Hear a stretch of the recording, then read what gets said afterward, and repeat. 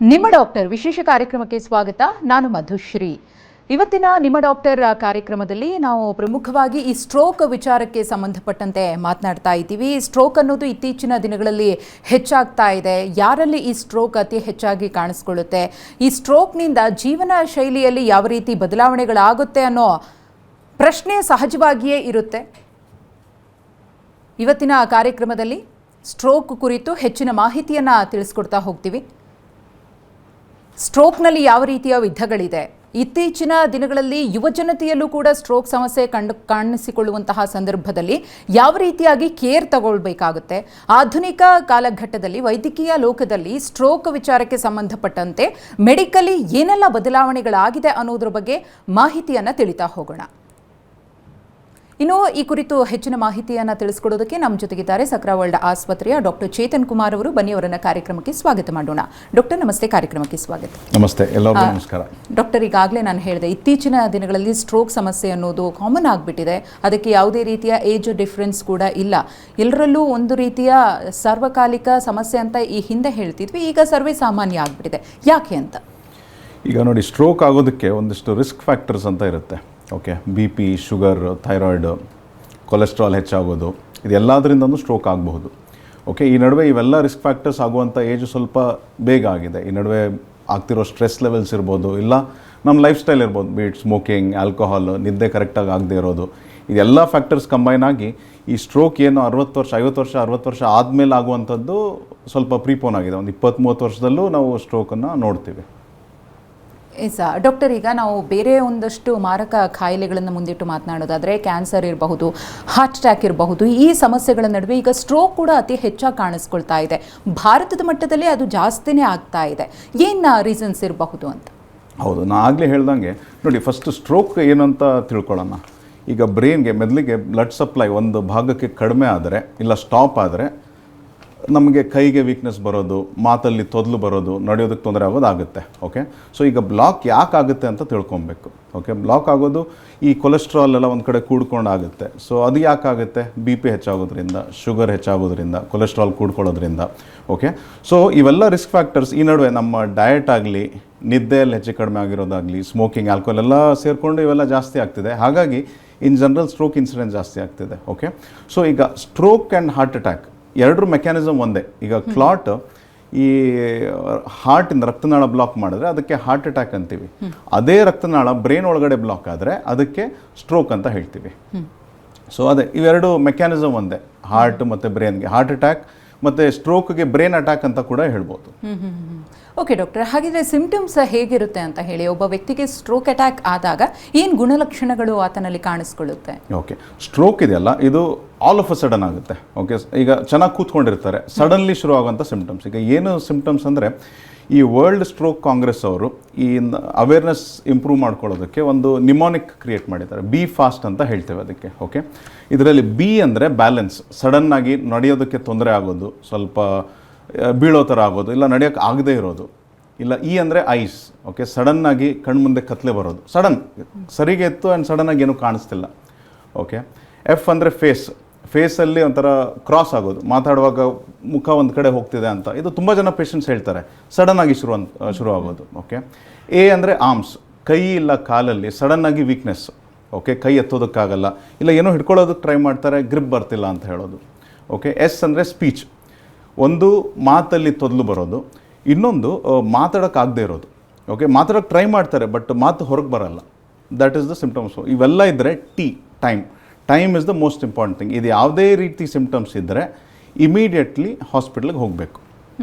Okay, so ಈ ಸಿಂಪ್ಟಮ್ಸ್ನ ಅರ್ಥ ಮಾಡ್ಕೊಳ್ಳೋದು ತುಂಬ ಇಂಪಾರ್ಟೆಂಟ್. ನಾವು ಯೂಶಲಿ ಏನು ನೋಡ್ತೀವಿ ಅಂದರೆ, ಪೇಷಂಟ್ಸ್ಗೆ ಸಿಂಪ್ಟಮ್ಸ್ ಗೊತ್ತಾಗುತ್ತೆ. ಓಕೆ, ಕೈಯಲ್ಲಿ ವೀಕ್ನೆಸ್ ಇದೆ, ಏನೋ ಆಗ್ತದೆ, ಅವ್ರು ಏನು ಅಂದ್ಕೊತಾರೆ, ಇಲ್ಲ ಮೇ ಬಿ ಕೈ ಮೇಲೆ ಮಲ್ಕೊಂಡಿದ್ದೇನೋ ಅದಕ್ಕೆ ಆಗಿರ್ಬೋದು ಅಂತ.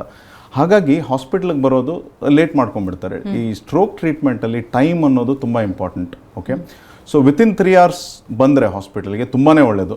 ವಿತಿನ್ 4.5 hours ಕೂಡ ನಡೆಯುತ್ತೆ. ಬಟ್ ಆ್ಯಸ್ ಆ್ಯಂಡ್ ವೆನ್ ನಿಮ್ಮ ಟೈಮ್ ಜಾಸ್ತಿ ಹಾಕೊಂಡು ಹೋದರೆ ನಮ್ಮದು ಟ್ರೀಟ್ಮೆಂಟ್ ಆಪ್ಷನ್ಸ್ ತುಂಬಾ ಕಡಿಮೆ ಆಗುತ್ತೆ ಆ್ಯಂಡ್ ರಿಕವರಿ ಕೂಡ ಅದ್ರ ತಕ್ಕಂಗೆ ಲೇಟ್ ಆಗುತ್ತೆ. ಅಂದರೆ ಈ ಒಂದು ಟೈಮನ್ನು ಮೀರಿ ಏನಾದರೂ ಆಸ್ಪತ್ರೆಗೆ ಬಂದರೆ ಆ ವ್ಯಕ್ತಿಗೆ ಯಾವ ರೀತಿ ಸಮಸ್ಯೆಗಳು ಎದುರಾಗಬಹುದು? ಒಂದಷ್ಟು ಮಂದಿ ಹೇಳ್ತಾರೆ ಅದು ಸಾವಿನ ಹಂತಕ್ಕೂ ಕೂಡ ತಗೊಂಡು ಹೋಗಬಹುದು ಅಂತ. ಡೆಫಿನೆಟ್ಲಿ ನೋಡಿ, stroke symptoms can be mild. Okay, ಸ್ವಲ್ಪ ಮಾತಲ್ಲಿ ತೊದಲಿರ್ಬೋದು, ಸ್ಟ್ರೋಕ್ ಅಲ್ಲೇ ನಿಲ್ಬೋದು.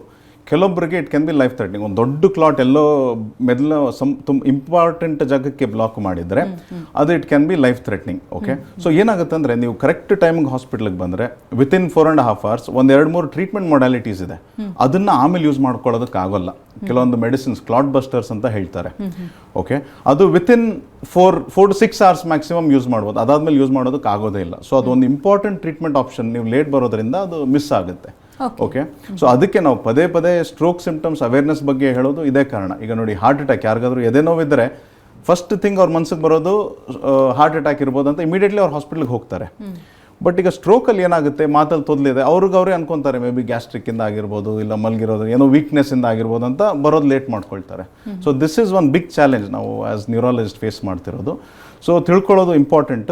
ಸೊ ಒಂದ್ಸಲ ತಿಳ್ಕೊಂಡ್ರು ಕೂಡ ಇಮಿಡಿಯೇಟ್ಲಿ ಡಾಕ್ಟರ್ ಅಪಾಯಿಂಟ್ಮೆಂಟ್ ವೆಯ್ಟ್ ಮಾಡೋದು ಅವೆಲ್ಲ ಏನು ಮಾಡ್ಲಿಕ್ಕೆ ಹೋಗಬೇಡಿ. Immediately nearest stroke ready hospital emergency ಡಿಪಾರ್ಟ್ಮೆಂಟ್ಗೆ ರೀಚ್ ಆಗಿ, ಅಲ್ಲಿಂದ ಎಲ್ಲ it will be automatic protocol. Okay, ಈಗ 3-4 hours ಒಳಗಡೆ ತಾವು ಬರಬೇಕು ಅಂತ ಹೇಳ್ತಾ ಇದ್ರಿ. ಈಗ ಗೋಲ್ಡನ್ ಅವರ್ ಅಂತ ಹೇಳಿ ಇರುತ್ತಲ್ಲ, ಅದು 3-4 hours ಇರುತ್ತಾ ಅಂತ ಹೇಳಿನೂ ಒಂದು ಸಹಜ ಪ್ರಶ್ನೆ ಇರುತ್ತೆ. ಸೊ ಅಷ್ಟೊಂದು ಟೈಮ್ ಸಿಗುತ್ತಾ ಡಾಕ್ಟರ್ ಹಾಗಿದ್ರೆ? ಅಂದರೆ ಈಗ ನೋಡಿ, ಇಫ್ ಯು ರೆಕಗ್ನೈಸ್, ಬೇಗನೆ ನಿಮಗೆ ಲಕ್ಷಣ ಗೊತ್ತಾಯಿತು ಇದು ಸ್ಟ್ರೋಕಿಂದ ಆಗ್ತಿದೆ ಅಂತ, ಇಮಿಡಿಯೇಟ್ಲಿ ನೀವು ವಿತಿನ್ 3 hours ರೀಚ್ ಆಗ್ಬೋದು. ಈಗ ನೋಡಿ, ಕೆಲವೊಂದು ಅವೇರ್ ಪೇಷಂಟ್, ನಾವು ರೀಸೆಂಟ್ಲಿ ಲಾಸ್ಟ್ ವೀಕ್ ಒಂದು ಪೇಷಂಟ್ ನೋಡಿದ್ವಿ, ವಿತಿನ್ 30 minutes ಬಂದಿದ್ದಾರೆ. ಅವರು ಪಾರ್ಕಲ್ಲಿ ನಡ್ಕೊಂಡು ಹೋಗ್ತಿದ್ರು, ಬಿದ್ದರು, ಅವ್ರು ಒಂದು ಕಡೆ ಸ್ವಾಧೀನ ಇರಲಿಲ್ಲ. ಸೊ ಇಮಿಡಿಯೇಟ್ಲಿ ಅವ್ರ ಫ್ರೆಂಡ್ಗೆ ಫೋನ್ ಮಾಡಿದ್ರು, ಅವ್ರು ಕರ್ಕೊಂಡ್ಬಂದರು ಹಾಸ್ಪಿಟ್ಲಿಗೆ. ಅವರಿಗೆ ಕ್ಲಾಟ್ ಬಸ್ಟರ್ ಕೊಟ್ಟು within 24 hours is walking. Okay, so this shows ಎಷ್ಟು ಬೇಗ ನೀವು ಹಾಸ್ಪಿಟಲ್ ರೀಚ್ ಆಗ್ತೀರಾ ಅಷ್ಟು ಚೆನ್ನಾಗಿ ನಿಮ್ಮ ರಿಕವರಿ ಆಗುತ್ತೆ ಅನ್ನೋದು. ಈಗ ಹೆರಿಡಿಟ್ರಿಯಿಂದಲೂ ಕೂಡ ಈ ಸಮಸ್ಯೆ ಬರಬಹುದಾ ಡಾಕ್ಟರ್? ಯಾರಿಗಾದ್ರೂ ಮನೆಯಲ್ಲಿ ಬೇರೆಯವರಿಗಿದ್ರೆ, ತಂದೆ ತಾಯಿಗಿದ್ರೆ, ಆ ರೀತಿ ಮಕ್ಕಳಲ್ಲೂ ಕೂಡ ಸಮಸ್ಯೆಗಳನ್ನ ಕಾಣಿಸ್ಕೊಳ್ಳಿ? ಡೆಫಿನೆಟ್ಲಿ. ಇದಕ್ಕೆ ಒಂದು ಅಥೆರೋಸ್ಕ್ಲಿರೋಸಿಸ್ ಅಂತ ಹೇಳ್ತಾರೆ. ಈ ರಕ್ತನಾಳ ಇರುತ್ತಲ್ಲ, ಅದು ಬ್ಲಾಕ್ ಆಗೋ ಪ್ರೊಸೆಸ್ ಕೆಲವೊಂದು ಫ್ಯಾಮಿಲೀಸಲ್ಲಿ ಸ್ವಲ್ಪ ಬೇಗ ಆಗುತ್ತೆ, ಪ್ರೀಮೆಚ್ಯೂರ್ ಆಗುತ್ತೆ. ಅದಕ್ಕೆ there is a genetic predilection, familial connection ಇರುತ್ತೆ. ಫಾರ್ ಎಕ್ಸಾಂಪಲ್, ತಂದೆಗೆ ಹಾರ್ಟಿನ ತೊಂದರೆ ಇದ್ದರೆ ಮಕ್ಕಳಿಗೆ ಹಾರ್ಟಿನ ತೊಂದರೆ ಆಗೋದು ಇಲ್ಲ ಸ್ಟ್ರೋಕ್ ಬರೋ ಚಾನ್ಸ್ ತುಂಬ ಜಾಸ್ತಿ. ಓಕೆ, ಸೊ ಈ ಇನ್ಫಾರ್ಮೇಷನ್ ಈಗ ನಮ್ಗೆ ಗೊತ್ತಿರೋದ್ರಿಂದ ನಮ್ಮ ರಿಸ್ಕ್ ಫ್ಯಾಕ್ಟರ್ಸ್ನ ಸ್ವಲ್ಪ ಬೇಗನೆ ಸ್ಕ್ರೀನ್ ಮಾಡ್ಕೊಳ್ಳೋದು ಇಂಪಾರ್ಟೆಂಟ್.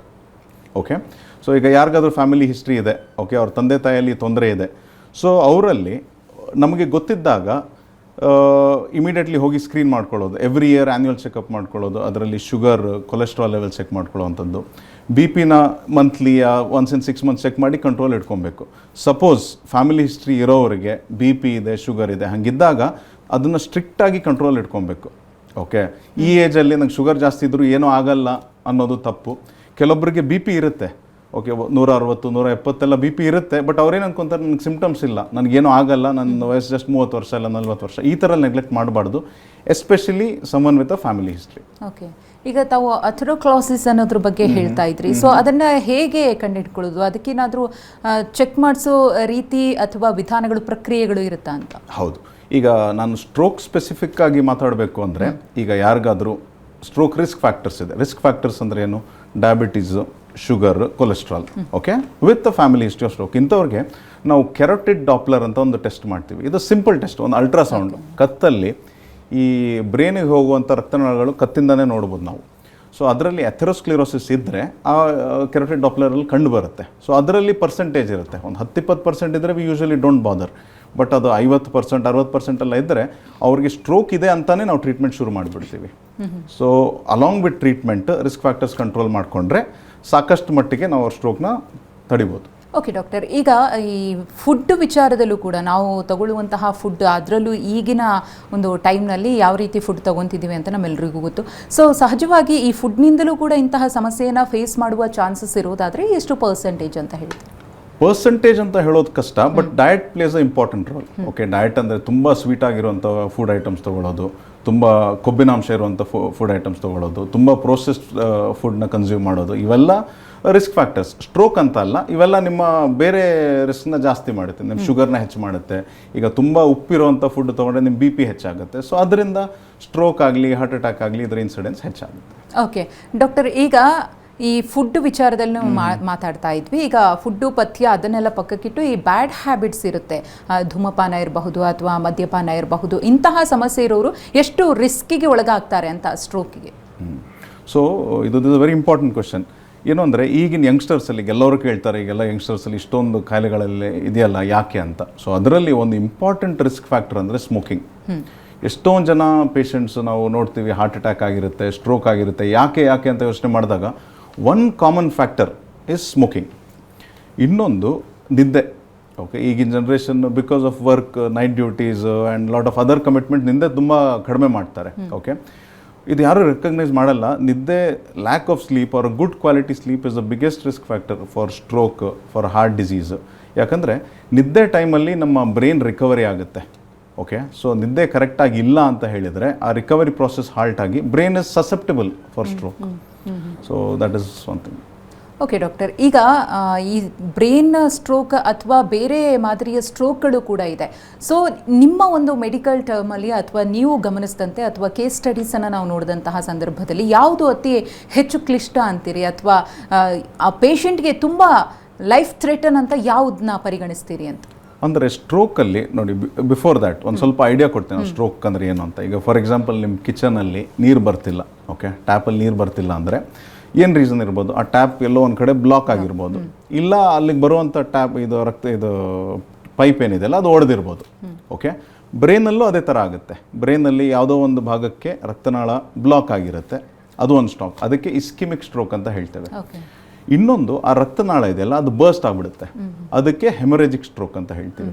ಇವೆರಡರಲ್ಲಿ ಇಸ್ಕಿಮಿಕ್ ಸ್ಟ್ರೋಕ್ ಅಂದರೆ ಕ್ಲಾಟ್, ರಕ್ತ ಹೆಪ್ ಕಟ್ಕೊಂಡು ಬ್ಲಾಕ್ ಮಾಡುವಂಥ ಸ್ಟ್ರೋಕ್ ಜಾಸ್ತಿ, ಒಂದು 70 to 80% ಇಸ್ಕಿಮಿಕ್ ಸ್ಟ್ರೋಕ್. ಇನ್ನೂ ಒಂದು 20% ಜನರಲ್ಲಿ ಹೆಮೊರೇಜಿಕ್ ಸ್ಟ್ರೋಕ್, ರಕ್ತನಾಳ ಒಡೆದು ಆಗುವಂಥದ್ದು. ಓಕೆ, ಇನ್ನೊಂದು ಒಂದು ಮಿನಿ ಸ್ಟ್ರೋಕ್ ಅಂತ ಹೇಳ್ತಾರೆ, TIA. ಅದರಲ್ಲಿ ಏನಾಗುತ್ತೆ, ಕೆಲವೊಬ್ಬರಿಗೆ ರಕ್ತ ಹೆಪ್ ಕಟ್ಕೊಳ್ಳುತ್ತೆ, ಕ್ಲಾಟ್ ಆಗುತ್ತೆ, ಅದ್ರ ಪಾಡಿಗೆ ಅದು ಮೆಲ್ಟ್ ಆಗಿಬಿಡುತ್ತೆ. ಓಕೆ, ಇದು ಯಾಕೆ ಇಂಪಾರ್ಟೆಂಟ್ ಅಂದರೆ, ಈಗ ಕೆಲವೊಬ್ಬರಿಗೆ ಬೆಳಗ್ಗೆ ಹೇಳ್ತಾರೆ, ಎದ್ದಾಗ ಸ್ವಲ್ಪ ಮಾತಲ್ಲಿ ತೊದಲಿರುತ್ತೆ, ಕೈ ಎತ್ತೋದಕ್ಕಾಗಲ್ಲ, within half an hour 1 hour ಅದು ಸರಿ ಹೋಗ್ಬಿಡುತ್ತೆ. ಓಕೆ, ಸೊ ಇದು ಸರಿ ಹೋಗಿದೆ, ಇದೇನೋ ಕೈ ಪ್ರೆಷರಿಂದ ಆಗಿರೋದು, ಇಲ್ಲ ರಕ್ತ ಪ್ರೆಸ್ ಆಗಿ ಆಗಿರ್ಬೋದು ಅಂತ ಅಂದ್ಕೊಳ್ತಾರೆ ಜನ, ನರ ಪ್ರೆಸ್ ಆಗಿ ಆಗಿರ್ಬೋದು ಅಂತ. ಅದಲ್ಲ, ಇದನ್ನು ಸ್ಟ್ರೋಕ್ ಅಂತಾನೆ ಟ್ರೀಟ್ ಮಾಡಬೇಕು. ಓಕೆ, ಇದ್ರ ಬಗ್ಗೆ ಅವೇರ್ನೆಸ್ ಸ್ವಲ್ಪ ಕಡಿಮೆ ಇದೆ ಜನರಲ್ಲಿ. ಇದಕ್ಕೆ TIA ಅಂತ ಹೇಳ್ತಾರೆ, ಮಿನಿ ಸ್ಟ್ರೋಕ್. ಇದೇ ಥರ ನಾನು ಸ್ಟ್ರೋಕ್ ಸಿಂಪ್ಟಮ್ಸ್ ಏನು ಹೇಳಿದ್ನಲ್ಲ, ಬಿ ಫಾಸ್ಟ್ ಅನ್ನೋದು, ಅದೇನಾದರೂ ಬಂದು ಒಂದು ಅರ್ಧ ಗಂಟೆ 3/4 ಗಂಟೆಯಲ್ಲಿ ಅದ್ರ ಪಾಡಿಗೆ ಅದು ಸರಿ ಆಗಿದ್ರೂ ಪರವಾಗಿಲ್ಲ, ಒಂದ್ಸಲ ಡಾಕ್ಟರ್ ಹತ್ರ, ನ್ಯೂರಾಲಜಿಸ್ಟ್ ಹತ್ರ ಹೋಗಿ ಕರೆಕ್ಟಾಗಿ ಪರೀಕ್ಷೆ ಮಾಡಿಸ್ಕೊಳ್ಳೋದು ಒಳ್ಳೆಯದು. ಯಾಕಂದರೆ ಒಂದ್ಸಲ ಇದಾಯಿತು ಅಂದರೆ ಆ risk of major stroke is 20%. ಅಂದರೆ ವಿತಿನ್ 1 month ಅವ್ರಿಗೆ 20% ಸ್ಟ್ರೋಕ್ ಆಗೋ ಚಾನ್ಸ್ ಜಾಸ್ತಿ ಆಗುತ್ತೆ. ಆ್ಯಂಡ್ ಇನ್ನೊಮ್ಮೆ ಸ್ಟ್ರೋಕ್ ಆದಾಗ ಪ್ರಾಬಬ್ಲಿ ಅದು ರಿಕವರ್ ಆಗದೇನೂ ಇರ್ಬೋದು. ಓಕೆ ಡಾಕ್ಟರ್, ಈಗ ನಾವು ಗಮನಿಸ್ತಾ ಇದ್ದೀವಿ ಹಾರ್ಟ್ ಅಟ್ಯಾಕ್ ಅನ್ನೋದೆಲ್ಲ ಮಕ್ಕಳಲ್ಲೂ ಕೂಡ ಕಂಡು ಬರ್ತಾ ಇದೆ.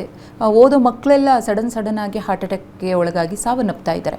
ಈ ಸ್ಟ್ರೋಕ್ ಅನ್ನೋದು ಮಕ್ಕಳಲ್ಲೂ ಕೂಡ ಬಾಧಿಸುವಂತಹ ಸಮಸ್ಯೆ, ಅಥವಾ ಮಕ್ಕಳು ಎಷ್ಟರ ಮಟ್ಟಿಗೆ ಈ ಸಮಸ್ಯೆಗೆ ಒಳಪಡಬಹುದು ಅಂತ? ಓಕೆ, ನಾವು ಸ್ಟ್ರೋಕ್ ಈ ದೊಡ್ಡವರಲ್ಲಿ ಮಾತಾಡ್ತೀವಲ್ಲ, ವಿತ್ ರೆಸ್ಪೆಕ್ಟ್ ಟು ಅಥೆರೋಸ್ಕ್ಲಿರೋಸಿಸ್ ಆಗಲಿ, ರಿಸ್ಕ್ ಫ್ಯಾಕ್ಟರ್ ರಿಲೇಟೆಡ್, ಅದು ಬಿಟ್ಟು ಕೆಲವೊಂದು ಮಕ್ಕಳಲ್ಲಿ ಅವರ ರಕ್ತನಾಳಗಳು ಯಾವ ರೀತಿ ಫಾರ್ಮ್ ಆಗಿರುತ್ತಲ್ಲ ಅದರಲ್ಲೇ ಏನೋ ತೊಂದರೆಗಳಿರುತ್ತೆ. Okay, due to some reason ಅದು ರಪ್ಚರ್ ಆಗುತ್ತೆ. ಇವೆಲ್ಲ ಅಷ್ಟು ಕಾಮನ್ ಕಾಸಸ್ ಅಲ್ಲ. ಓಕೆ, ಚಿಕ್ಕ ಮಕ್ಕಳಲ್ಲಿ ಫಾರ್ ಎಕ್ಸಾಂಪಲ್ ಮಗು ಹುಟ್ಟುವಾಗ ಕೂಡ ಸ್ಟ್ರೋಕ್ ಆಗ್ಬೋದು. ಹುಟ್ಟೋ ಟೈಮಲ್ಲಿ ಮೆದುಳಲ್ಲಿ ಪ್ರೆಷರ್ ಹೆಚ್ಚಾಗಿ ಒಂದು ಇಂಪಾರ್ಟೆಂಟ್ ರಕ್ತನಾಳ ಪ್ರೆಸ್ ಆಗಿ ಕೂಡ ಸ್ಟ್ರೋಕ್ ಆಗ್ಬೋದು. ಬಟ್ ಅದು ಬೇರೆ, ಇಟ್ ಇಸ್ ರೇರ್. ಅದಕ್ಕಂತ ಸ್ಪೆಸಿಫಿಕ್ ಸ್ಕ್ರೀನಿಂಗ್, ಸ್ಪೆಸಿಫಿಕ್ ಪತ್ತೆ ಎಲ್ಲ ಮಾಡೋದು ಬೇಕಾಗಿರಲ್ಲ. ಓಕೆ, ಸೊ ಅದು ಆಗುತ್ತೆ, but that is very rare. But youngsters ಈ 20s 30s ಅಲ್ಲಿ ಆಗೋ stroke, that is concerning. Okay, ಅದಕ್ಕೆ ರಿಸ್ಕ್ ಫ್ಯಾಕ್ಟರ್ಸ್ ಇರುತ್ತೆ, ಅದಕ್ಕೆ ಪ್ರಿಕಾಷನರಿ ಮೆಜರ್ಸ್ ಇರುತ್ತೆ. ಓಕೆ ಡಾಕ್ಟರ್, ಈಗ ಕೆಲವು ಸಂದರ್ಭಗಳಲ್ಲಿ ನಾವು ಕೇಳಿರ್ತೀವಿ, ಎಷ್ಟು ಜನ ಹೇಳ್ತಾರೆ ನಾರ್ಮಲ್ ಆಗಿ, ಒಬ್ಬರು ಮಹಿಳೆ ಅಥವಾ ಕೆಲವರು ಗರ್ಭಾವಸ್ಥೆಯಲ್ಲಿದ್ದಾಗ, ಗರ್ಭಿಣಿ ಆಗಿದ್ದಾಗ ಅವರಿಗೆ ಸ್ಟ್ರೋಕ್ ಆಯಿತು, ಲಕ್ವಾ ಹೊಡಿತು ಅಂತ ಹೇಳಿ. ಸೊ ಆ ಟೈಮ್ನಲ್ಲಿ ಆ ಮಗು ಮೇಲೆ ಏನಾದರೂ ಇಂಪ್ಯಾಕ್ಟ್ ಆಗುತ್ತಾ, ಹೇಗೆ? ಮಗು ಮೇಲೆ ಡೆಫಿನೆಟ್ಲಿ ಇಂಪ್ಯಾಕ್ಟ್ ಆಗುತ್ತೆ. ಫಾರ್ ಎಕ್ಸಾಂಪಲ್ ತಾಯಿಗೆ ಯಾವುದೇ ರೀತಿ ತೊಂದರೆ ಇದ್ದರೂ ಗರ್ಭಿಣಿ ಇದ್ದಾಗ ಮಗು ಮೇಲೆ ಇಂಪ್ಯಾಕ್ಟ್ ಆಗೋ ಚಾನ್ಸ್ ತುಂಬ ಜಾಸ್ತಿ. ಬಟ್ ಸ್ಟ್ರೋಕಿಂದ ಈ ತೊಂದರೆ ಜಾಸ್ತಿ ಆಗುತ್ತೆ, ಇಲ್ಲ ತಾಯಿಗೆ ಸ್ಟ್ರೋಕ್ ಆಗಿರೋದ್ರಿಂದ ಗರ್ಭಿಣಿ ಇರೋ ಟೈಮಲ್ಲಿ ಮಗುಗೆ ಇಮಿಡಿಯೇಟ್ಲಿ ಆಗುತ್ತೆ ಅನ್ನೋದು ತಪ್ಪು. ಆ ಥರ ಏನೂ ಇದಿಲ್ಲ. But again threat to life ಅಂತೂ ಇದ್ದೇ ಇರುತ್ತೆ. ಈಗ ಯಾವುದೋ ಒಂದು ಗರ್ಭಿಣಿ ಹೆಂಗಸಿಗೆ ಮೇಜರ್ ಸ್ಟ್ರೋಕ್ ಆಯಿತು, definitely the baby will have a problem. ಇದು ಕಂಪ್ಲೀಟ್ ಆಗಿ ಈ ಸ್ಟ್ರೋಕ್ ಸಮಸ್ಯೆ ಬಂದಂತಹ ಸಂದರ್ಭದಲ್ಲಿ ಒಬ್ಬ ವ್ಯಕ್ತಿಯನ್ನು ಯಾವ ರೀತಿ ಕುಗ್ಗಿಸ್ಬಿಡುತ್ತೆ ಅಂತ ಹೇಳಿ ಗೊತ್ತಾಗೋವರೆಗೂ ಒಂದು ಲೆಕ್ಕ ಇರುತ್ತೆ. ಗೊತ್ತಾದಮೇಲೆ ಆ ವ್ಯಕ್ತಿ ಎಮೋಷ್ನಲಿ ಅಥವಾ ಫಿಸಿಕಲಿ, ಮೆಂಟಲಿ ಯಾವ ರೀತಿ ಡಿಪ್ರೆಷನ್ಗೆ ಒಳಗಾಗ್ತಾರೆ ಅಂತ. ಹೌದು, ಇದು ದೇರ್ ಆರ್ ಸ್ಟೇಜಸ್ ಆಯಿತಾ. ಯಾವುದೇ ಕಾಯಿಲೆ ಆಗಲಿ ಸ್ವಲ್ಪ ಡಿಸೇಬ್ಲಿಂಗ್ ಇಲ್ನೆಸ್ ಇರುತ್ತಲ್ಲ, ಪೇಷಂಟ್ಸ್ ಒಂದು ಸ್ಟೇಜ್ ಥ್ರೂ ಹೋಗ್ತಾರೆ. ಫಸ್ಟ್ ಅವರು ಡಿನೈಲಲ್ಲಿ ಇರ್ತಾರೆ. ಓಕೆ, ಆ ಟೈಮಲ್ಲಿ ಅವ್ರಿಗೇನು ಎಕ್ಸ್ಪ್ರೆಸ್ ಮಾಡಲ್ಲ, ಆಗೋದೆಲ್ಲ ಹೋಗ್ತಾರೆ. ಅದಾದಮೇಲೆ ಒಂದ್ಸಲ ಆಕ್ಸೆಪ್ಟೆನ್ಸ್ ಬಂದ ಮೇಲೆ ಫ್ರಸ್ಟ್ರೇಷನ್ ಶುರು ಆಗುತ್ತೆ. ಫಾರ್ ಎಕ್ಸಾಂಪಲ್ ಸ್ಟ್ರೋಕಲ್ಲಿ, ಓಕೆ, ಸ್ಟ್ರೋಕಲ್ಲಿ ನಮ್ಮ left side of the brain ಅಲ್ಲ, ಅಲ್ಲಿ ನಮ್ಮ ಲ್ಯಾಂಗ್ವೇಜ್ ಫಂಕ್ಷನ್ಸ್ ಇರುತ್ತೆ ಆ್ಯಂಡ್ ನಮ್ಮ ಬಲಗಡೆ ಭಾಗನ ಲೆಫ್ಟ್ ಸೈಡ್ ಕಂಟ್ರೋಲ್ ಮಾಡುತ್ತೆ. ಈಗ ಯಾರಿಗಾದ್ರೂ ಲೆಫ್ಟ್ ಸೈಡ್ ಬ್ರೈನಲ್ಲಿ ಏನಾದ್ರು ಕ್ಲಾಟ್ ಕೂತ್ಕೊಂಡ್ರೆ ಅವ್ರ ಮಾತು ನಿಲ್ಲೋ ಚಾನ್ಸ್ ಇರುತ್ತೆ. ಈಗ ಫಾರ್ ಎಕ್ಸಾಂಪಲ್ ನಾನು ಮಾತಾಡ್ತೀನಿ ಅವ್ರ ಹತ್ರ, ಅವ್ರಿಗೆ ರೆಸ್ಪಾಂಡ್ ಮಾಡೋಷ್ಟು ಇರಲ್ಲ. ಅವ್ರು ಮಾತಾಡೋದು ಗೊತ್ತಿರುತ್ತೆ ಏನು ಮಾತಾಡಬೇಕಂತ, ಮಾತಾಡೋಕ್ಕಾಗಲ್ಲ. ಅದರಿಂದ ತುಂಬ ಫ್ರಸ್ಟ್ರೇಷನ್ ಬರುತ್ತೆ. ಇನ್ನೊಂದು, ಇನ್ನೊಬ್ರು ಏನು ಮಾತಾಡ್ತೀರ ಅನ್ನೋದು ಅರ್ಥ ಆಗಲ್ಲ. ಓಕೆ, ಅದು ಆಗುತ್ತೆ. ಅದು it leads to lot of frustration. ಇನ್ನೊಂದು, stroke can lead to disability ಅಲ್ವಾ. ಈಗ ಯಾರಿಗಾದ್ರೂ ಕೈ ಕಾಲು ಪ್ಯಾರಲೈಸ್ ಆಗಿದೆ ಅಂದರೆ, ಈ ಓಡಾಡ್ಕೊಂಡು ಕೆಲಸ ಮಾಡ್ಕೊಂಡಿರೋರು ಬೆಡ್ ರಿಡನ್ ಆಗಿರೋದು, it is a frustrating thing. So stroke ಆಗಿರೋ ಪೇಷಂಟ್ಸಲ್ಲಿ ಪುವರ್ ಸೆಲ್ಫ್ ಎಸ್ಟೀಮು, ಡಿಪ್ರೆಷನ್ನು, ಸಿಟ್ ಮಾಡ್ಕೊಳ್ಳೋದು ಇವೆಲ್ಲ ತುಂಬ ಜಾಸ್ತಿ. Okay, but it's a part of recovery. Okay, ಎಲ್ಲ ಸ್ಟ್ರೋಕ್ ಆಗಿದೆ, ಇದು ಆಗಬಾರ್ದು ಅಂತ ಹೇಳೋಕ್ಕಾಗಲ್ಲ, ಅದು ಆಗುತ್ತೆ. ಬಟ್ ಸ್ಲೋಲಿ ನಾವೇನು ಮಾಡ್ತೀವಿ, ಈಗ ಟ್ರೀಟ್ಮೆಂಟ್ ತುಂಬ ಚೇಂಜ್ ಆಗಿದೆ. ಸ್ಟ್ರೋಕ್ ಆದಮೇಲೆ ಕೂಡ ನ್ಯೂರೋ ರಿಹ್ಯಾಬಿಲಿಟೇಷನ್ ಅಂತ ಒಂದು ಪ್ರಾಸೆಸ್ ಇರುತ್ತೆ. ಅದರಲ್ಲಿ ಅವರ ಕೈಗೆ ಕಾಲಿಗೆ ಸ್ಟ್ರೆಂತ್ ಬರೋದಕ್ಕೆ ಎಕ್ಸಸೈಸ್, ಸ್ಪೀಚ್ ಇಂಪ್ರೂವ್ ಆಗೋದಕ್ಕೆ ಸ್ಪೀಚ್ ಥೆರಪಿ ಅಂತ ಇರುತ್ತೆ. ಅವರು ಕೈ ಆಕ್ಯುಪೇಷನ್ ಥೆರಪಿ ಅಂತ ಮಾಡ್ತಾರೆ. ಅಂದರೆ ಅವ್ರಿಗೆ they'll try to make them as functional as possible. ಇವೆಲ್ಲ ಮಾಡೋದ್ರಿಂದ ಸಾಕಷ್ಟು ಮಟ್ಟಿಗೆ ರಿಕವರಿ ಆಗುತ್ತೆ. ಮತ್ತು ಅದೇನು ನಾವು ಡಿಪ್ರೆಷನ್, ಫ್ರಸ್ಟ್ರೇಷನ್ ಎಲ್ಲ ಮಾತಾಡ್ತಿದ್ವಲ್ಲ, eventually over period of time ಕಡಿಮೆ ಆಗುತ್ತೆ. ಓಕೆ ಡಾಕ್ಟರ್, ಹಾಗಿದ್ರೆ ನಿಮ್ಮ ಆಸ್ಪತ್ರೆಯಲ್ಲಿ ಈ ಸ್ಟ್ರೋಕ್ಗೆ ಸಂಬಂಧಪಟ್ಟಂತೆ ಯಾವ ರೀತಿ ಚಿಕಿತ್ಸಾ ವಿಧಾನಗಳಿದೆ? ಈಗ ಮುಂದುವರೆದಿರೋ ಕಾಲಘಟ್ಟದಲ್ಲಿ ಆಧುನಿಕವಾಗಿ ಏನೆಲ್ಲ ಎಕ್ವಿಪ್ಮೆಂಟ್ಸ್ ಅವೈಲೇಬಲ್ ಇದೆ ಅಂತ? ಓಕೆ, ಸೊ ಇದನ್ನು ಸ್ಟೆಪ್ ಬೈ ಸ್ಟೆಪ್ ಮಾತಾಡೋಣ. ಫಸ್ಟ್, ಈಗ ಯಾರಿಗೂ ಸ್ಟ್ರೋಕ್ ಇದೆ, ಓಕೆ, ವಿತಿನ್ 3 hours ಹಾಸ್ಪಿಟ್ಲಿಗೆ ಬಂದರು. ನಮ್ಮ ಹಾಸ್ಪಿಟ್ಲಲ್ಲಿ ಕೋಡ್ ವೈಟ್ ಅಂತ ಇದೆ. ಈಗ ಸ್ಟ್ರೋಕ್ ಪೇಷಂಟ್ ಏನಾದ್ರು ಬಂದರೆ ಅವ್ರಿಗೆ ಫಸ್ಟ್ ಸ್ಟ್ರೋಕ್ ಇದೆಯೋ ಇಲ್ವೋ ಅಂತ ಕನ್ಫರ್ಮ್ ಮಾಡ್ಕೊಬೇಕು. ಅದು ಮಾಡ್ಕೊಳ್ಳೋದಕ್ಕೆ MRI ಇಲ್ಲ CT ಸ್ಕ್ಯಾನ್ ಮಾಡೋದು ತುಂಬ ಇಂಪಾರ್ಟೆಂಟ್. ಈಗ ನಮ್ಮ ಹಾಸ್ಪಿಟ್ಲಿಗೆ ಬಂದಿದ ತಕ್ಷಣ ಎಮರ್ಜೆನ್ಸಿಗೆ ಬರ್ತಾರಲ್ಲ, ಕೋಡ್ ವೈಟ್ ಅಂತ ಅನೌನ್ಸ್ ಆಗುತ್ತೆ. ಆ ಟೈಮಲ್ಲಿ ರೇಡಿಯಾಲಜಿಯಲ್ಲಿ, MRIಯಲ್ಲಿ ಬೇರೆ ಪೇಷಂಟ್ MRI ಆಗ್ತಿದ್ರು ಕೂಡ ಆ ಪೇಷಂಟ್ನ ಹೊರಗಡೆ ತೆಗೆದು ಇದನ್ನು ಎಮರ್ಜೆನ್ಸಿ ಇದಕ್ಕೆ ಮಾಡಿ ಇಮಿಡಿಯೇಟ್ಲಿ ಕಾಲ್ ನ್ಯೂರಾಲಜಿಸ್ಟಿಗೆ ಹೋಗುತ್ತೆ, ಒಂದು ಕಾಲ್ ರೇಡಿಯಾಲಜಿಸ್ಟ್ ಹತ್ರ ಹೋಗುತ್ತೆ. ಇಮಿಡಿಯೇಟ್ಲಿ ವಿಲ್ ಫಿಗರ್ ಔಟ್ ಅದು ಯಾವ ಥರ ಸ್ಟ್ರೋಕ್ ಇದೆಯೋ ಇಲ್ವೋ, ಇದ್ದರೆ ಯಾವ ಥರ ಸ್ಟ್ರೋಕು, ಕ್ಲಾಟ್ ಆಗಿರೋದೋ ಇಲ್ಲ ರಪ್ಚರ್ ಆಗಿರೋದು. ಈಗ ಕ್ಲಾಟ್ ಆಗಿದೆ ಅಂದ್ಕೊಳ್ಳಿ, ನೆಕ್ಸ್ಟ್ ಸ್ಟೆಪ್ಪು ಕ್ಲಾಟ್ ಬಸ್ಟರ್ನ ಯೂಸ್ ಮಾಡೋದು. ಆ ಹೆಪ್ ಕಟ್ಕೊಂಡಿರೋ ರಕ್ತನ ಕರಗಿಸೋದು. ಓಕೆ, ಅದಕ್ಕೆ ಇಂಜೆಕ್ಷನ್ ಯೂಸ್ ಮಾಡಿ, ಅದನ್ನು ಇಮಿಡಿಯೇಟ್ಲಿ ಶುರು ಮಾಡ್ತೀವಿ. ಇಂಜೆಕ್ಷನ್ ಶುರು ಮಾಡಿದ್ವಿ, ಇಂಪ್ರೂವ್ಮೆಂಟ್ ಆಯಿತು, ಒಳ್ಳೆಯದು. ಈಗ MRI ಮಾಡಿದಾಗ ಕ್ಲಾಟ್ ತುಂಬಾ ದೊಡ್ಡದಿದೆ ಅಂತ, ಆವಾಗ ನಾವು ಇಂಟರ್ವೆನ್ಷನಲ್ ರೇಡಿಯಾಲಜಿ ಅಂತ ಹೇಳ್ತಾರೆ. ನಮ್ಮ ನ್ಯೂರೋ ಸರ್ಜರಿಯಲ್ಲಿ ಇಂಟರ್ವೆನ್ಷನಲ್ 2 ಟೀಮ್ ಇದೆ ವಿಚ್ ಮ್ಯಾನೇಜಸ್ ದ್ಯಾಟ್. ಸೊ ಅದನ್ನು ಏನು ಮಾಡ್ತೀವಿ ಅಂದರೆ, ಆಂಜಿಯೋಪ್ಲಾಸ್ಟಿ ಗೊತ್ತಲ್ಲ, ಹಾರ್ಟಿನ ಇದಕ್ಕೆ ಸ್ಟೆಂಟ್ ಹಾಕೋದು, ಸೇಮ್ ಮೆಕ್ಯಾನಿಸಮ್ ನಾವು ಬ್ರೈನಿನ ರಕ್ತನಾಳಕ್ಕೆ ಹೋಗ್ತೀವಿ, ಹೋಗಿ ಆ ಕ್ಲಾಟ್ ಏನಾಗಿರುತ್ತಲ್ಲ ಅದನ್ನು ತೆಗೆಯೋದಕ್ಕೆ ಟ್ರೈ ಮಾಡ್ತೀವಿ. ಓಕೆ, ಸೊ ಅದರಿಂದ ಇವೆಲ್ಲ ಕರೆಕ್ಟ್ ಟೈಮಿಗೆ ಬಂದರೆ ನಾವು ಮಾಡ್ಬೋದು. ಇದಾದಮೇಲೆ ಈಗ ಯಾರು ಬಂದರು, ಸ್ಟ್ರೋಕ್ ಇನಿಷಿಯಲ್ ಟ್ರೀಟ್ಮೆಂಟ್ ಆಯಿತು, ಅದಾದಮೇಲೆ ಅಡ್ಮಿಷನ್ ನೆಕ್ಸ್ಟ್ 3 to 4 days ಅವ್ರಿಗೆ ಏನು ಕಾಂಪ್ಲಿಕೇಶನ್ ಆಗ್ತಿದೆ ಅಂತ ನೋಡ್ತೀವಿ. 2 ರೀತಿ ಕಾಂಪ್ಲಿಕೇಶನ್ ಆಗ್ಬೋದು. ಒಂದು, ಸ್ಟ್ರೋಕಿನ ಸೈಜ್ ಜಾಸ್ತಿ ಆಗ್ಬೋದು. ಓಕೆ, ಇನ್ನೊಂದು, ನಾವು ರಕ್ತ ಇದು ಹೆಪ್ ಕಟ್ಕೊಂಡಿರುತ್ತಲ್ಲ ಅದನ್ನು ಕರಗಿಸೋದಕ್ಕೆ ಔಷಧಿ ಕೊಟ್ಟಿರ್ತೀವಿ. ಕೆಲವೊಬ್ಬರಲ್ಲಿ ರಕ್ತ ತುಂಬಾ ಜಾಸ್ತಿ ಕರಗುತ್ತೆ, ಸೊ ಹೆಮರೇಜ್ ಆಗೋ ಚಾನ್ಸ್ ಇರುತ್ತೆ. ಕೆಲವೊಬ್ಬರಿಗೆ ಫಿಟ್ಸ್ ಬರೋ ಚಾನ್ಸ್ ಇರುತ್ತೆ. ಸೊ ಇದನ್ನು ಮಾನಿಟರ್ ಮಾಡೋದಕ್ಕೆ ಒಂದು 2 to 3 days ಹಾಸ್ಪಿಟಲಲ್ಲಿ ಅಡ್ಮಿಟ್ ಇಟ್ಕೊಂಡಿರ್ತೀವಿ. ಓಕೆ, ಅದಾದಮೇಲೆ ಡಿಸ್ಚಾರ್ಜ್ ಟೈಮಲ್ಲಿ ಈಗ ಒಂದು ಮನೆಗೆ ಕಳಿಸುವಂಥದ್ದು, ಬಟ್ ಕೆಲವೊಬ್ಬರಿಗೆ ಡೆಫಿಸಿಟ್ಸ್ ತುಂಬ ಜಾಸ್ತಿ ಇರೋದ್ರಿಂದ ನಮ್ಮ ಹಾಸ್ಪಿಟ್ಲಲ್ಲಿ ನ್ಯೂರೋ ರಿಹ್ಯಾಬಿಲಿಟೇಷನ್ ಅಂತ ಒಂದು ಟೀಮ್ ಇದೆ. ಸೊ ಅವ್ರ ಹತ್ರ ರೆಫರ್ ಮಾಡ್ತೀವಿ. ಅವರು ಬೆಳಗ್ಗೆ ಮಧ್ಯರಾತ್ರಿ ಎಕ್ಸಸೈಸ್ ಮಾಡಿಸೋದು, ಅದು ಒಂದು ಸೆಟ್ ಪ್ರೋಗ್ರಾಮ್ ಇದೆ, ಅದು ಮಾಡಿಸಿ ರಿಕವರಿ ಆದಷ್ಟು ಬೇಗ ನಾವು ಮಾಡೋದಕ್ಕೆ ಟ್ರೈ ಮಾಡ್ತೀವಿ. ಓಕೆ ಡಾಕ್ಟರ್, ಈಗ ಒಂದ್ಸಲ ಈ ಸ್ಟ್ರೋಕ್ ಬಂದು ಚಿಕಿತ್ಸೆಯನ್ನು ಪಡೆದಾದ್ಮೇಲೆ ಮತ್ತೆ ಅದು ರಿಪೀಟ್ ಆಗುತ್ತಾ ಅನ್ನೋ ಪ್ರಶ್ನೆ ಸಹಜವಾಗಿ ಇರುತ್ತೆ. ಸೊ ಮತ್ತೆ ಆ ವ್ಯಕ್ತಿಗೆ ಸ್ಟ್ರೋಕ್ ಅಟ್ಯಾಕ್ ಆಗುವ ಸಾಧ್ಯತೆ ಎಷ್ಟರ ಮಟ್ಟಿಗೆ ಇರುತ್ತೆ ಅಂತ? ಈಗ ಸ್ಟ್ರೋಕ್ ಒಂದ್ಸಲ ಆಗಿದೆ ಅಂದರೆ ಡೆಫಿನೆಟ್ಲಿ ಇನ್ನೊಮ್ಮೆ ಆಗ್ಬೋದು. ಓಕೆ, ಬಟ್ ಸ್ಟ್ರೋಕ್ ಆಗದೇ ಇರುವಂಥ ನಾವು ಔಷಧಿಗಳು ಕೊಟ್ಟಿರ್ತೀವಲ್ಲ, ಬ್ಲಡ್ ಥಿನ್ನರ್ಸ್, ಆಸ್ಪ್ರಿನ್, ಕ್ಲೋಪಿಡೋಗ್ರೆಲ್ ಅಂತ ಔಷಧಿ ಕೊಟ್ಟಿರ್ತೀವಿ, ಅದರಿಂದ ಸ್ಟ್ರೋಕ್ ರಿಕರೆನ್ಸ್ ಸಾಕಷ್ಟು ಮಟ್ಟಿಗೆ ಕಡಿಮೆ ಆಗುತ್ತೆ. ಅಂದರೂ ಆಗಿದೆ ಅಂದರೆ ಒಂದೇ ಅವರು ಔಷಧಿಗಳು ಕರೆಕ್ಟಾಗಿ ತೊಗೊಳ್ತಿಲ್ಲ ಹೇಳ್ದಂಗೆ, ಇಲ್ಲಾಂದರೆ ಅವ್ರ ರಿಸ್ಕ್ ಫ್ಯಾಕ್ಟರ್ಸ್ ಏನಿರುತ್ತಲ್ಲ, ಅವರು BP, ಶುಗರ್ ಅದನ್ನು ಕಂಟ್ರೋಲ್ ಮಾಡ್ತಿಲ್ಲ. ಓಕೆ, ಅದು ಬಿಟ್ಟು ಕೆಲವೊಬ್ಬರಿಗೆ ಮೆಕ್ಯಾನಿಸಮ್ ಬೇರೆ ಇರುತ್ತೆ, ಕೆಲವೊಬ್ಬರಿಗೆ ಹಾರ್ಟಲ್ಲಿ ಕ್ಲಾಟ್ ಆಗಿಬಿಡಿರುತ್ತೆ. ಓಕೆ, ಸೊ ನಾವು ಕೊಡೋ ಮೆಡಿಸಿನ್ ಆ ಟೈಮಲ್ಲಿ ವರ್ಕ್ ಆಗಲ್ಲ. ಸೊ ಅದನ್ನು ನಾವು ಟ್ರೀಟ್ ಮಾಡಬೇಕು. ಈಗ ಯಾರಿಗಾದರೂ ಸ್ಟ್ರೋಕ್ ಇನ್ನೊಮ್ಮೆ ಆಗಿದೆ ಅಂದರೆ ಅದನ್ನು ರಿಕರೆಂಟ್ ಸ್ಟ್ರೋಕ್ ಅಂತ ಹೇಳ್ತಾರೆ. ಸೊ ಅದಕ್ಕೆ ಒಂದು ಸೆಟ್ ಆಫ್ ಸ್ಪೆಸಿಫಿಕ್ ಟೆಸ್ಟ್ ಇದೆ, ಯಾಕೆ ಇನ್ನೊಮ್ಮೆ ಆಗಿದೆ ಅಂತ ನೋಡ್ಕೊಳ್ಳೋವಂಥದ್ದು. ಬಟ್ ಇನ್ನೊಮ್ಮೆ ಆಗುತ್ತಾ ಅನ್ನೋ ಕ್ವಶನ್ಗೆ ಎಸ್, ಡೆಫಿನೆಟ್ಲಿ ಆಗುತ್ತೆ. ಬಟ್ ಔಷಧಿಗಳು ತೊಗೊಳ್ಳೋದ್ರಿಂದ ಅದರ ಚಾನ್ಸ್ ತುಂಬಾ ಕಡಿಮೆ. ಈಗ ಔಷಧಿಗಳು ತಗೊಳ್ಳೋದು ಮಾತ್ರ ಅಲ್ಲ, ಆಹಾರ ಪದ್ಧತಿಯಲ್ಲೂ ಕೂಡ ಬದಲಾವಣೆ ಆಗ್ತಾ ಹೋಗುತ್ತಾ ಅಂತ ಒಬ್ಬ ಸ್ಟ್ರೋಕ್ಗೆ ಒಳಗಾದಂತಹ ವ್ಯಕ್ತಿಯ ಜೀವನದಲ್ಲಿ? 2 ರೀತಿ. ಒಂದು, ನಾವೇ ಹೇಳ್ತೀವಿ ಇದನ್ನು ತಿನ್ನಬೇಡಿ, ದಟ್ ಇಸ್ ಒನ್ ಚೇಂಜ್. ಇನ್ನೊಂದು ಏನಾಗುತ್ತೆ ಅಂದರೆ, ಸ್ಟ್ರೋಕಲ್ಲಿ ಸ್ಟಾರ್ಟಿಂಗ್ ಎಸ್ಪೆಷಲಿ 4 to 8 weeks ಅವ್ರಿಗೆ ಈ ನುಂಗೋ ಮಸಲ್ಸ್ ಇರುತ್ತಲ್ಲ, ಈಗ ಫಾರ್ ಎಕ್ಸಾಂಪಲ್ ರೈಟ್ ಸೈಡ್ ಕೈ ಕಾಲು ವೀಕ್ ಆಗಿದೆ ಅಂದ್ಕೊಳ್ಳಿ, ರೈಟ್ ಸೈಡ್ ಅವ್ರ ಸ್ವಾಲಿಂಗ್ ಮಸಲ್ಸ್ ಕೂಡ ವೀಕ್ ಇರುತ್ತೆ. ಸೊ ಅವ್ರಿಗೆ ನಾವು ನಾರ್ಮಲ್ ಆಗಿ ಏನು ತಿಂತಿದ್ರಲ್ಲ ಅದನ್ನು ತಿನ್ನೋದಕ್ಕೆ ಆಗೋದು ಇಲ್ಲ. ಸೊ ಅಂಥದ್ರಲ್ಲಿ ನಾವು ಸೆಲೆಕ್ಟ್ ಫುಡ್ ಮ್ಯಾಶ್ ಮಾಡಿ ಸೆಮಿ ಸಾಲಿಡ್ ಸ್ಟೇಟಲ್ಲಿ ಕೊಡ್ತೀವಿ. ಆ್ಯಂಡ್ ಒಂದಿಷ್ಟು ತುಂಬ ಸ್ಟ್ರಿಕ್ಟ್ ಡಯಟ್ ಇರುತ್ತೆ ಸ್ಟಾರ್ಟಿಂಗಲ್ಲಿ. So definitely initial 2 to 3 months after stroke ನುಂಗೋದಕ್ಕೆ ಏನಾದ್ರು ತೊಂದರೆ ಇದ್ದರೆ ಡೆಫಿನೆಟ್ಲಿ ಅವ್ರದ್ದು ಡಯಟ್ ಚೇಂಜ್ ಆಗುತ್ತೆ. ಓಕೆ ಡಾಕ್ಟರ್, ಹಾಗಿದ್ರೆ ಜನರಿಗೆ ತಾವು ಏನು ಹೇಳ್ತೀರಿ ಅಂತ, ಈ ಸ್ಟ್ರೋಕ್ ಬಗ್ಗೆ ಇನ್ನೂ ಕೂಡ ಅರಿವಿಲ್ಲ ಅಂತ ಆರಂಭದಲ್ಲೇ ತಾವು ಹೇಳಿದ್ರಿ, ಯಾವ ರೀತಿ ಅರಿವನ್ನು ಮೂಡಿಸ್ಕೊಳ್ಬೇಕಾಗುತ್ತೆ ಪ್ರತಿಯೊಬ್ಬರು ಅಂತ? ಈಗ ಸ್ಟ್ರೋಕ್ ಬಗ್ಗೆ ನಾ ಹೇಳಿದ್ನಲ್ಲ, ಬಿ ಫಾಸ್ಟ್, ಇದನ್ನು ನೆನ್ಪಿಟ್ಕೊಳ್ಳಿ. ಇವತ್ತಿನ ಸೆಷನ್ನಲ್ಲಿ ಏನೋ ಒಂದು ನೆನ್ಪಿಟ್ಕೊಬೇಕಂದ್ರೆ remember the symptoms of stroke, be fast. ಈಗ ಗೊತ್ತಾದ್ಮೇಲೆ ಈಗ ಅವೇರ್ನೆಸ್ ಆಗಿದೆ, ಬಟ್ ಅದಾದಮೇಲೆ ಏನು ಮಾಡಬೇಕು ಅನ್ನೋದು ಜನರು ಇಮ್ಮಿಡಿಯೇಟ್ಲಿ ನೀವು ನಿಯರೆಸ್ಟ್ ಸ್ಟ್ರೋಕ್ ರೆಡಿ ಹಾಸ್ಪಿಟ್ಲಿಗೆ ಹೋಗ್ಬೇಕು. ಸ್ಟ್ರೋಕ್ ರೆಡಿ ಹಾಸ್ಪಿಟ್ಲ್ ಅಂದ್ರೆ ಏನು? ಒಂದು ಹಾಸ್ಪಿಟ್ಲಲ್ಲಿ ಇನ್-ಹೌಸ್ CT ಇಲ್ಲ MRI ಫೆಸಿಲಿಟಿ ಇರಬೇಕು, ಇನ್-ಹೌಸ್ ನ್ಯೂರೋ ಡಿಪಾರ್ಟ್ಮೆಂಟ್ ಇರಬೇಕು. ಓಕೆ, ಆ ಹಾಸ್ಪಿಟ್ಲಿಗೆ ಹೋಗಬೇಕು. ಅದಾದಮೇಲೆ ಮುಂದೆ ಹಾಸ್ಪಿಟ್ಲವ್ರು ನೋಡ್ಕೊಳ್ತಾರೆ. ಓಕೆ, ಕೆಲವೊಬ್ಬರು ಏನು ಮಾಡ್ತಾರೆ, ಒಂದು ಬಿಗ್ ಮಿಸ್ಟೇಕ್. ಓಕೆ, ಸ್ಟ್ರೋಕ್ ಅಂತ ಗೊತ್ತಾಗುತ್ತೆ, ಬಟ್ ಅವ್ರ ಮನೇಲಿ ಅವರೇ ಟ್ರೀಟ್ಮೆಂಟ್ ತೊಗೊಂಡ್ಬಿಡ್ತಾರೆ. ಓಕೆ, ಏನೋ ಒಂದು ಆಸ್ಪ್ರಿನ್ ಇರುತ್ತೆ, ಒಂದೇ ಅವ್ರದ್ದೇ ಟ್ಯಾಬ್ಲೆಟ್ ಇರುತ್ತೆ, ಇಲ್ಲ ಅವ್ರ ಮನೇಲಿ ಬೇರೆ ಇಲ್ಲ ಸ್ಟ್ರೋಕ್ ಆಗಿದೆ ಡಾಕ್ಟರ್ ನಾವು ಆಸ್ಪ್ರಿನ್ ಕೊಟ್ಟೆ ಅಂತ, ಇಲ್ಲ ಯಾವುದೋ ಒಂದು ಬ್ಲಡ್ ಥಿನ್ನರ್ ಕೊಟ್ಬಿಟ್ಟೆ ಅಂತ. ಇದರಿಂದ ನಮಗೆ ಟ್ರೀಟ್ ಮಾಡೋದ್ರಲ್ಲಿ ನೀವು ಕರೆಕ್ಟ್ ಟೈಮ್ಗೂ ಬಂದಿರ್ತೀರ, ಬಟ್ ಕೆಲವೊಮ್ಮೆ ಬಿಕಾಸ್ ಆ ಟ್ಯಾಬ್ಲೆಟ್ಸ್ ಕೊಟ್ಟಿರೋದ್ರಿಂದ ನಮಗೆ ಟ್ರೀಟ್ಮೆಂಟ್ ಮಾಡೋದಕ್ಕಾಗಲ್ಲ. ಓಕೆ, ಇನ್ನೊಂದು ತಪ್ಪು ಏನು ಮಾಡ್ತಾರೆ, ಕರೆಕ್ಟಾಗಿ ಕಂಡುಹಿಡಿತಾರೆ ಸ್ಟ್ರೋಕ್ ಆಗಿದೆ ಅಂತ, ಬಟ್ ಅವರು ಡಾಕ್ಟ್ರಿಗೆ ಫೋನ್ ಮಾಡ್ತಾರೆ, ಅಪಾಯಿಂಟ್ಮೆಂಟ್ ತೊಗೊತಾರೆ. ಸೊ ಬೆಳಗ್ಗೆ 2 ಗಂಟೆಗೆ ಆಗಿರುತ್ತೆ ಮಧ್ಯಾಹ್ನ, ಅವರು ಸಂಜೆ 7 ಗಂಟೆಗೆ ಅವ್ರು ಡಾಕ್ಟ್ರ್ ಕೂತ್ಕೊತಾರೆ OPDಯಲ್ಲಿ, 7 ಗಂಟೆ ಅಪಾಯಿಂಟ್ಮೆಂಟ್ ತೊಗೊತಾರೆ. ದೆನ್ 7:15 ಹೋಗ್ತಾರೆ, ಅರ್ಧ ಗಂಟೆ ಕ್ಯೂ ಅಲ್ಲಿ ವೆಯ್ಟ್ ಮಾಡ್ತಾರೆ, 8 ಗಂಟೆ ರೀಚ್ ಆಗ್ತಾರೆ. ಕರೆಕ್ಟಾಗಿ ಡಯಾಗ್ನೋಸ್ ಆದರೂ ಕೂಡ 6 hours ವಿಂಡೋ ಅಲ್ಲೇ ಹೋಯ್ತು, ಗೋಲ್ಡನ್ ಅವರ್ ಹೋಯ್ತು. ಸೊ ಪಾಪ ಅವ್ರು ಡಾಕ್ಟ್ರಿಗೆ ಗೊತ್ತಾದರೂ ಕೂಡ ಜಾಸ್ತಿ ಆಪ್ಷನ್ಸ್ ಇರಲ್ಲ ಅವಾಗ ಮಾಡುವಂಥದ್ದು. ಓಕೆ, ಇದು ಮಾಡಬಾರ್ದು. ಸೊ ಒಂದು identify the symptoms, react to the symptom by reaching the hospital on time, and do not waste time. ನಿಮ್ಮಲ್ಲೇ ನೀವು ಆನ್ಲೈನ್ ಅಪಾಯಿಂಟ್ಮೆಂಟ್ ನೋಡೋದು, ಅಲ್ಲಿ ಇಲ್ಲಿ ಅವ್ರಿಗೆ ಫೋನ್ ಮಾಡೋದು ಮಾಡೋಕ್ಕೆ ಹೋಗಬೇಡಿ. ಕಾಲ್ ದ ಆಂಬ್ಯುಲೆನ್ಸ್, ಇಲ್ಲ ನಿಮ್ಮ ಹತ್ರ ಕಾರ್ ಇದ್ದು ಪೇಷಂಟ್ ತುಂಬ ಸ್ಟೇಬಲ್ ಇದ್ದರೆ ನೀವಾಗಿ ಡ್ರೈವ್ ಮಾಡ್ಕೊಂಡು ಹೋಗ್ಬೋದು. ಓಕೆ ಡಾಕ್ಟರ್, ಹಾಗಿದ್ರೆ ಕೊನೆಯದಾಗಿ ಈ ಬ್ರೈನ್ ಹೆಲ್ತನ್ನು ಕಾಪಾಡ್ಕೊಳ್ಳೋಕ್ಕೋಸ್ಕರ, ಮಿದುಳಿನ ಆರೋಗ್ಯವನ್ನು ಕಾಪಾಡ್ಕೊಳ್ಳೋಕ್ಕೋಸ್ಕರ ಒಬ್ಬ ವ್ಯಕ್ತಿ ತನ್ನ ಡೈಲಿ ರುಟೀನ್ನಲ್ಲಿ ಮಾಡಬೇಕಾದಂತಹ ಒಂದು ಒಳ್ಳೆ ಹ್ಯಾಬಿಟ್ ಏನಂತ? ಇದು ತುಂಬ ಒಳ್ಳೆ ಕ್ವೆಶನ್ನು. ಓಕೆ, ಸೊ ನಾವು ನೋಡಿ, ಇನ್ವೆಸ್ಟ್ ಮಾಡೋದು is a big thing. We invest stocks, equities, mutual funds ಎಲ್ಲ ಇನ್ವೆಸ್ಟ್ ಮಾಡ್ತೀವಿ. ನಮ್ಮ ಹೆಲ್ತ್ ಮೇಲೆ ನಾವು ಇನ್ವೆಸ್ಟ್ ಮಾಡ್ಕೊಬೇಕು. ದೇರ್ ಆರ್ ಫ್ಯೂ ಥಿಂಗ್ಸ್, ತುಂಬ ಸಿಂಪಲ್. ಈಗ correct time to time 6 to 8 hours ನಿದ್ದೆ ಮಾಡಿ ಅಂತ ಹೇಳೋದು ಕಷ್ಟ ಏನಲ್ಲ, ಮಾಡ್ಬೋದು ಎಲ್ಲವರು. ಓಕೆ, ಅದು ಒಂದು.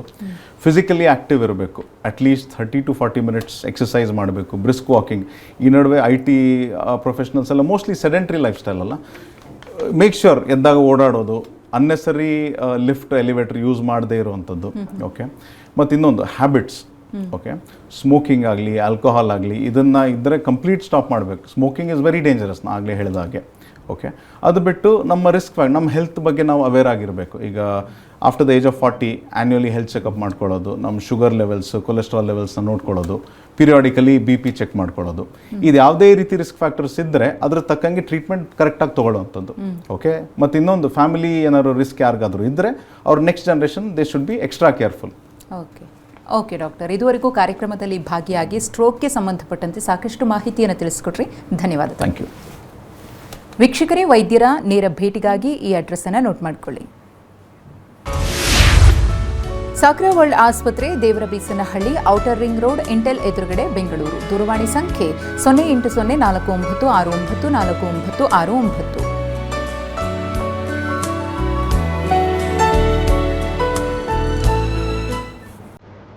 ಇದು ಇವತ್ತಿನ ನಿಮ್ಮ ಡಾಕ್ಟರ್ ವಿಶೇಷ ಕಾರ್ಯಕ್ರಮ. ನಿರಂತರ ಸುದ್ದಿಗಾಗಿ ನೋಡ್ತಾ ಇರಿ TV9.